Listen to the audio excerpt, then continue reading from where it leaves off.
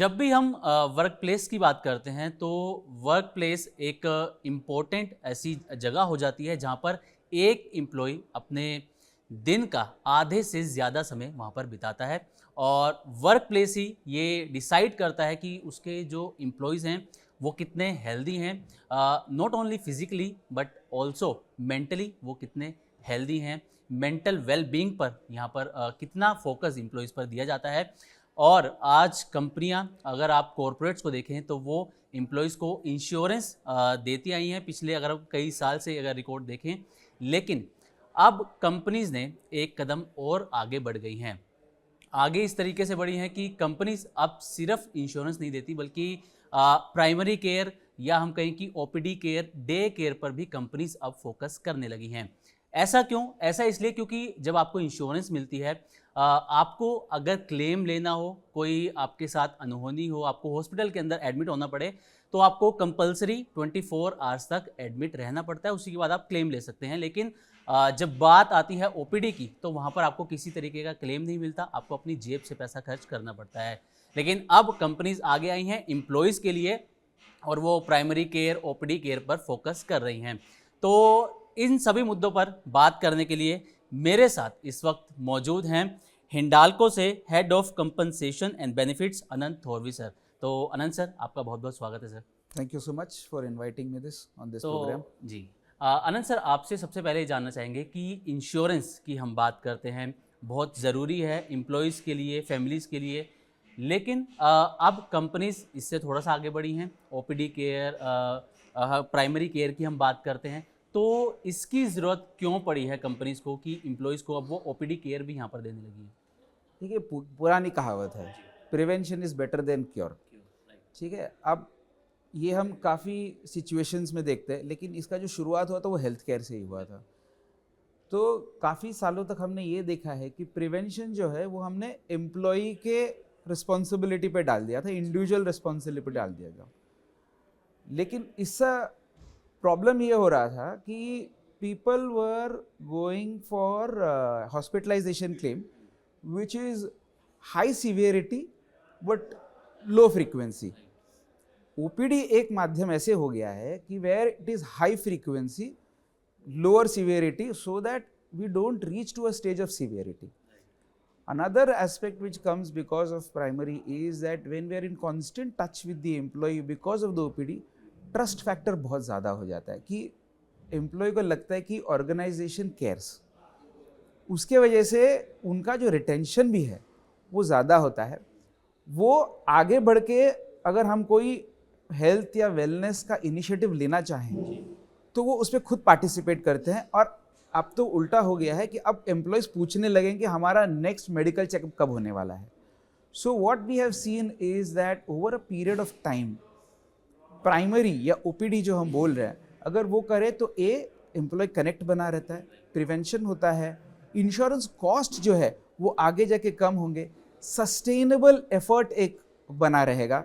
So that is why organization are focusing more on OPD to get the early warning system. And एक चीज़, इससे एक और बढ़िया चीज़ ये होता है कि रेड, एम्बर, ग्रीन जो है वो हमें इतना क्लियरली नहीं दिखेगा अगर क्रॉनिक या सीवियरिटी में होता है, बट ओपीडी में और मेडिकल चेकअप जो अगर हम करते रहें बार बार, उससे ये पता चलता है कि एम्प्लॉय की हेल्थ स्टेटस क्या है, हम पर्सनलाइज इंटरवेंशन कर सकते हैं। बिल्कुल। सर, एक सवाल मेरा यही रहेगा कि अब क्योंकि कंपनीज ओपीडी केयर दे रही हैं तो क्या आपको लगता है कि इससे जो एम्प्लॉयज़ के हेल्थ इश्यूज़ हैं, पहले कई बार ऐसा होता है कि जब वो काफ़ी बढ़ जाते हैं तब पता लग जाता है, लेकिन अब क्योंकि ओपीडी केयर मिल रहा है तो इससे अर्ली स्टेज में ही उनके हेल्थ इश्यूज़ भी हम पता कर सकते हैं? Correct. So primary reason of OPD is exactly that, it is to say कि हम क्या अर्ली वार्निंग साइंस देख सकते हैं, क्या हम एम्प्लॉय को पुश कर सकते हैं अपने हेल्थ गोल्स की ओर। ये जान लीजिए कि इंडिया में अभी भी फैमिली का जो करता है वो जनरली एक इंसान होता है, उस एक इंसान को इफेक्ट किया तो पूरे फैमिली को इम्पैक्ट होता है। हमें ये भी ध्यान में रखना चाहिए कि वो एम्प्लॉय हेल्दी कैसा रहे, वो एब्सेंट ना रहे और प्रोडक्टिविटी करता रहे, क्योंकि प्रोडक्टिविटी से ही वो आगे भी बढ़ेगा। So it is not only for prevention of smaller health issues turning into larger, but also to increase productivity also person growth में भी ये काम में आता है, क्योंकि एम्प्लॉय जब अपने हेल्थ के बारे में जानता है फिर वो उसी के पास, so knowing is the first step to doing something. So this is important that OPD या वेलनेस या हम जो भी इनिशिएटिव करें, एम्प्लॉय पहले अपने हेल्थ के बारे में जाने. तो इसलिए this becomes an important activity for corporates to focus on. Right. So sir, countries like India हम बात करें तो आउट ऑफ पॉकेट एक्सपेंसेस काफ़ी ज़्यादा हैं. अगर हम मेडिकल इन्फ्लेशन देखें तो एनुअली 12 to 15% वो ग्रो कर रही है, और स्पेशली इसी में जो है लोगों का काफ़ी पैसा यहाँ पर खर्च हो जाता है, क्योंकि कईयों के पास इंश्योरेंस नहीं होता या ओपीडी केयर जैसी सर्विसेज उनके पास नहीं होती हैं.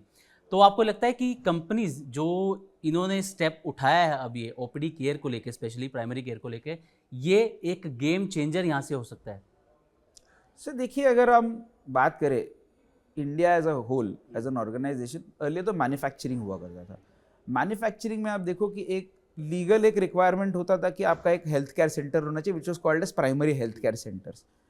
अब वो कुछ कुछ टिक मार्क होता था, कुछ कुछ लोग सही से करते थे, कुछ कुछ ऐसे होते थे कि लोग बाहर के लोग भी आके उसको यूज़ करते थे. तो OPD as a concept was available at that time itself. But what happened later on is that we had the entire services sector, the non-manufacturing sectors coming up. अब वहाँ जब आने लग गया तो OPD became a go-to instrument for people to get the primary health care. So that is why most of the organizations are now moving and realizing that the power of OPD. बिल्कुल. Sir, हम tele medicine या tele consultation इन सब चीज़ों की भी बात करते हैं, तो क्या आपको लगता है कि इस तरीके की जो फैसिलिटीज़ आई हैं इसने अर्बन और नॉन अर्बन के बीच जो एक गैप था उसको कहीं ना कहीं अब कम हो रहा है, इस तरीके का गैप? बहुत बढ़िया है, क्योंकि टेलीमेडिसिन के वजह से अब ये हुआ है कि आप कहीं भी बैठ के best of diagnosis, best of consultation कर सकते हो. लार्जली हमारे यहाँ पे हमने यही देखा है कि remote location connected to urban location, ये जो डिवाइड है ये बहुत कम हो गया है. People are now taking second opinions from these people, और because of digital in nature आपकी एक हेल्थ हिस्ट्री मिल जाती है आजकल, आपका एक कंटिन्यूटी होता है. आप जब ये कंटिन्यूटी आप टेलीमेडिसिन के द्वारा आप किसी डॉक्टर से बात करते हो, आपको फिजिकली प्रेजेंट होना बहुत ज़रूरी नहीं होता. अब इसके वजह से क्या हुआ है, it's become easier because digital and AI and the tele, ये तीनों का जो कॉम्बिनेशन हुआ है, it's actually reduce the urban and rural divide, specially in organisations which are, जैसे हमारे मैन्युफैक्चरिंग ऑर्गेनाइजेशंस है, रिमोट एरिया में है वो, लेकिन we can give them best of the services with best of the doctor with telemedicine. तो sir, अगर आपसे पूछा जाए कि अगर पिछले 10-12 साल देखा जाए तो काफ़ी चेंजेस आए हैं हेल्थ सेक्टर के अंदर. पहले ये था कि आपको डॉक्यूमेंट्स मिलते थे, कागजी डॉक्यूमेंट्स होते, आपको संभालने पड़ते थे. अब वो सारी चीज़ें एक ऐप संभाल लेता है आपकी पूरी इन्फॉर्मेशन. तो ये 10-12 साल में ये चेंजेस हुए हैं. तो अगले 5 साल में आप क्या बड़े बदलाव आपको यहाँ से नज़र आते हैं हेल्थ सेक्टर के अंदर? देखिए, अगर हम आगे की सोचें, मेरे ख्याल से बहुत सारा पर्सनलाइज होने वाला है हेल्थ केयर, क्योंकि इतना सारा जो हम अभी इंफ्रास्ट्रक्चर खड़ा कर चुके. अभी ये देखिए, ये जो क्यों हुआ, ये भी हुआ है क्योंकि दो तरह का इंफ्रास्ट्रक्चर या दो तरह की नीड खड़े हुए.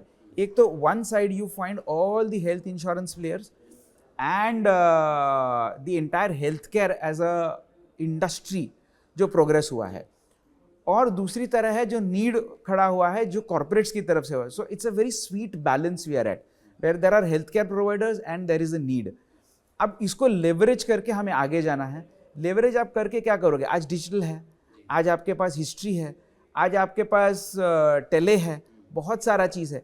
इसका नेक्स्ट स्टेप क्या होगा? इसका नेक्स्ट स्टेप ये होगा, आप जब पर्सनलाइज करोगे, आप इंसान को जाके बोलोगे कि ये आपकी आज दुविधाएं हैं, ये दुविधाएं आ सकती हैं आपके लाइफस्टाइल को देख के.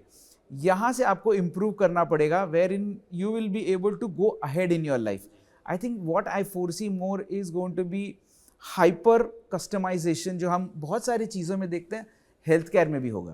बिल्कुल. चलिए, thank you so much sir. आपने बहुत ही अच्छे तरीके से और एक इजी वे में यहाँ पर हमको और हमारे व्यूअर्स को ये समझाया कि किस तरीके से जो ओपीडी केयर है, प्राइमरी केयर है और इंश्योरेंस है, और जो आने वाले टाइम में बड़े बदलाव देखने को मिल सकते हैं, इसके बारे में भी आपने बहुत अच्छे तरीके से यहाँ पर बातचीत करी। बहुत बहुत शुक्रिया सर।